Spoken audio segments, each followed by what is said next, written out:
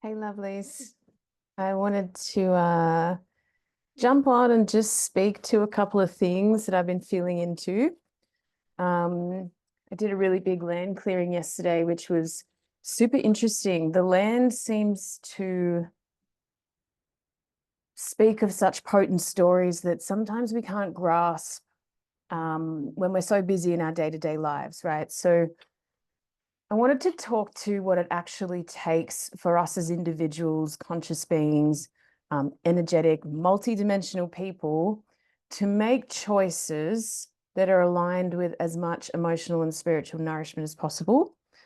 I feel like we're programmed so heavily to make rational choices based on, I guess, very earthly themes around stability, security, money, or I think what is actually playing so heavily on most people is what other people will think of that decision or that choice.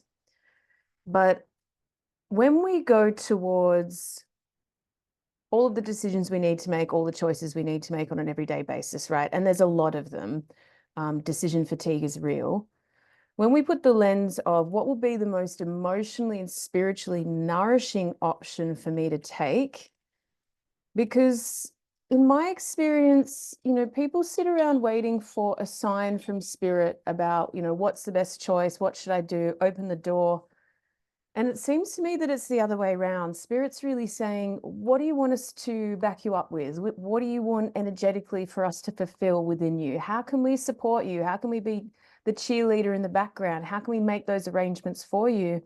But unless we focus and align and deliberately say, this is the doorway I would like open, and these are the reasons why, we can't really go wrong when it's for emotional and spiritual nourishment. Now, I understand that nourishment can come in all different forms. It could come in mistakes, lessons, failures, understandings, loss, all of it. But if we're honest and of high integrity, particularly with the spirit realm and with our guides, we can actually ask for the highest intentions, not because I need it to work out, not because it benefits other people, but because emotional and spiritual nourishment means if I learn how to fill my cup more or better, then I can better overflow and give more to others.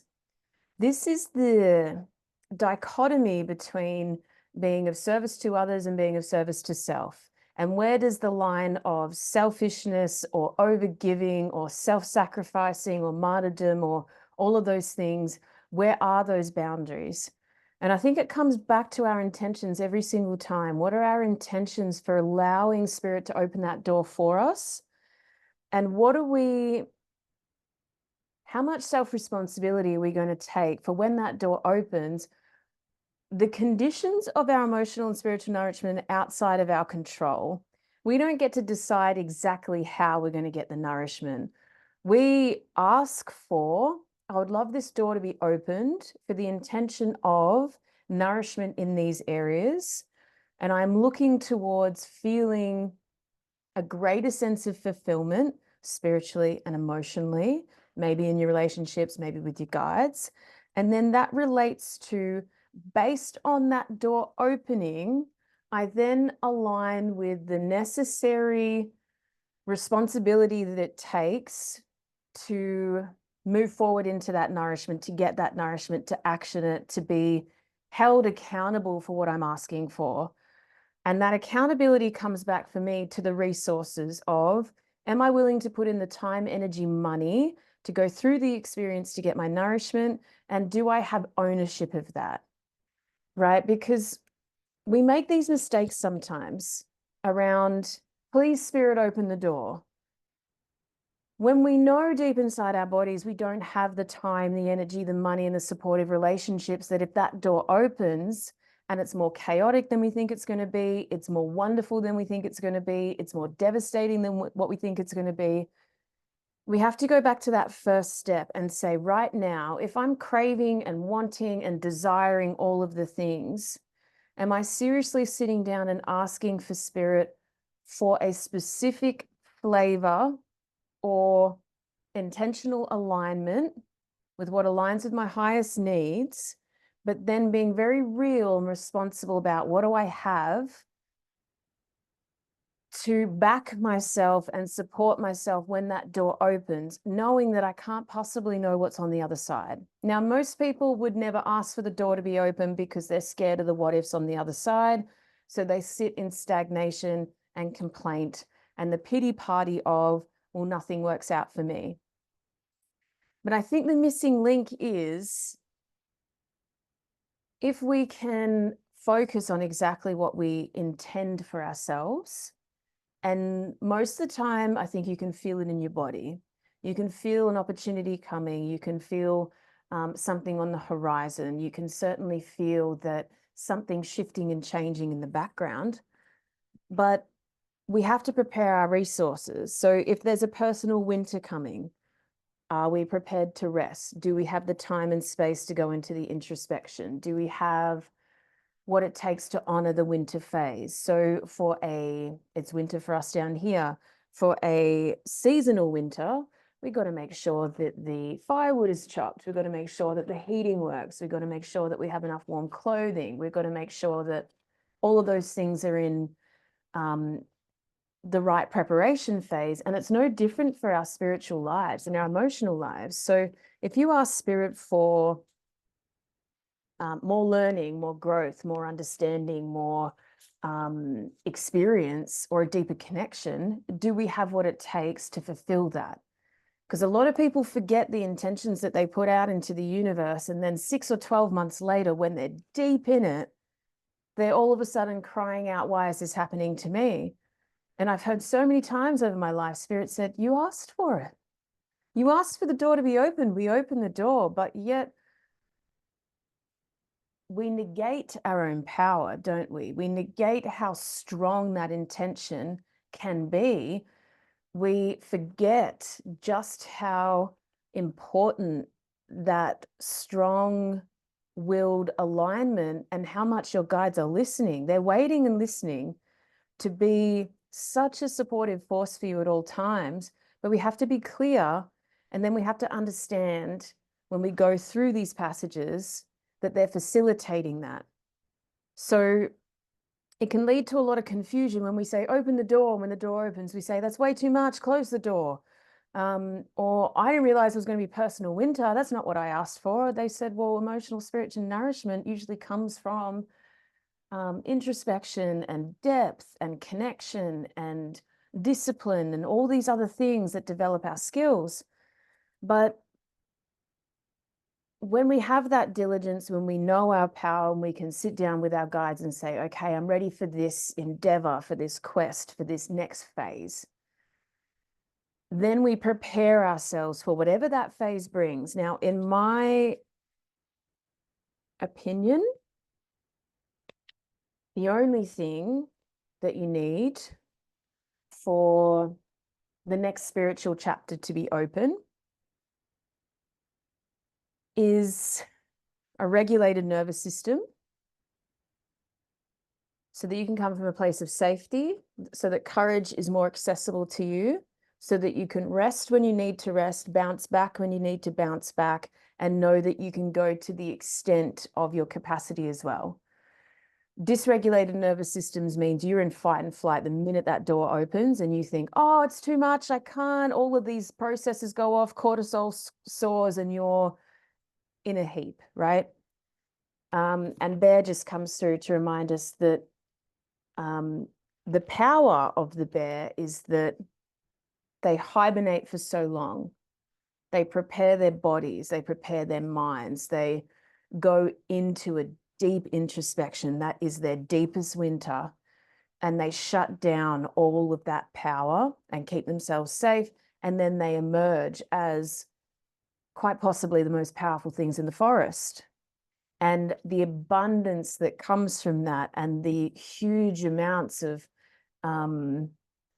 protective abilities, the huge amounts of possibilities out there as that predator to go out into the forest and to really be happy, playful, excited, concentrated on what they need to do, because the spring and the summer is all about building resources for the next. So it reminds me that if we can take a little bit of honesty around, do I have what I need to ask for the next chapter?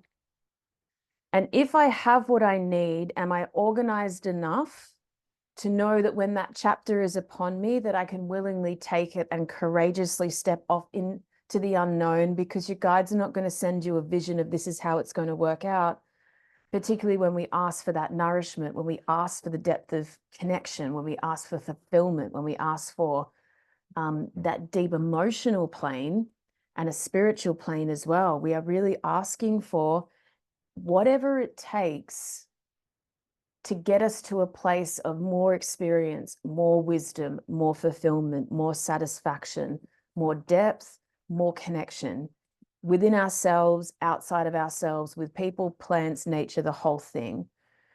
If you can't connect with yourself, you can't possibly connect with your guides. It's a mirror. So a lot of my students go through dry spells with their guides back away, they can't get the visions, they can't do the things. And that's a natural part of knowing when those seasons are upon us, when they have to go into hibernation and step back and then come back in, knowing that if you want all the answers and you want all the visions and you want to do all the work, then you better buckle up, you better get ready, because that ride is a big ride. And if you're going to a theme park for a day, but imagine it's not quite a day, it's actually a couple of weeks on end, you'd probably want to prepare yourself. You want to make sure that you've got enough for your body to go through that adrenaline, that stimulation, and that fear, and that falling feeling. Because a lot of this stuff is about taking a risk, falling into something, mopping up the mess, restabilizing, and making sure your nervous system can recalibrate. Right? Because that regulation says it's not that we're just cool, calm, collected all the time. That's not what this is about. A regulated nervous system is ready for anything and everything that life throws at us.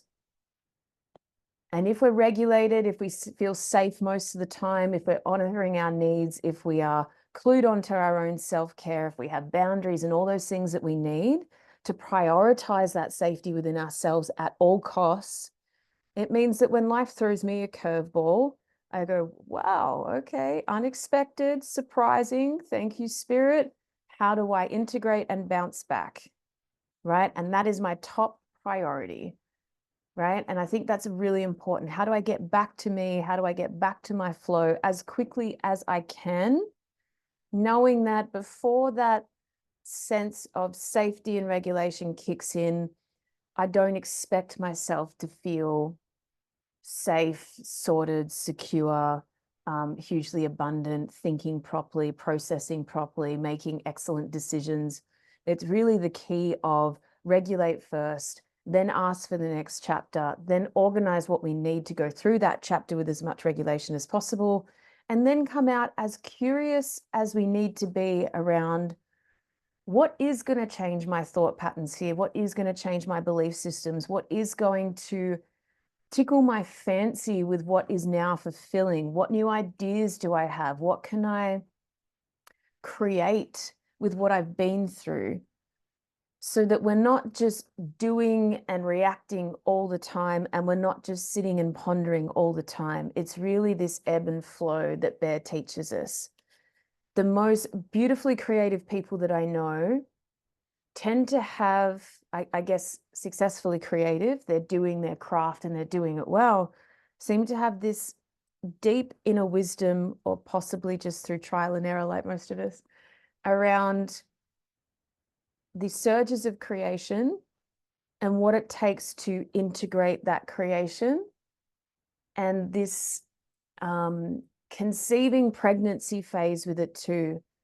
I've definitely felt that in times of my life. I can feel a big project coming and I'm not ready yet, because I know when it hits, I go into this phase that is hyper creative, that is super exciting. I wake up and my project's there. I fall asleep and I'm still thinking about it, knowing that I have to stabilize my resources, my emotions, everything. Otherwise, I'm not going to get through it and I'm going to have another unfinished project. And we all know what that feels like. It's really about, I can feel it coming, I can stalk it coming. I better prepare. And if I don't prepare and I don't have the resources, then it has to be still in the idea sphere and not mine to claim. I do believe that. But if I have the courage to say, oh, I do love that idea, I love that project, I love that thought form, I love that future timeline for myself, then what do I need to do to prepare? Do I need to hibernate for 6 months? Do I need to be in pregnancy phase for a long time? Do I need to organize the rest of my life around it so when it comes through, I'm completely dedicated? And once it's finished and through, how much time do I need to sit and integrate that experience and be with my creation until it leaves off into the world? And what is my cycle for that? I think that's a really nice idea. If a mother's preparation for birthing a child, which will be one of the most creative things she ever does, is that long, then I think we can use the same analogy for the other things we want to birth into this world, the other things we want to tend to and nurture and understand. And I think that's really, really important. That was hot. All right, guys, I'm going to leave it there. Nice message from Spirit. I will speak to you soon. Thank you for tuning in. Bye.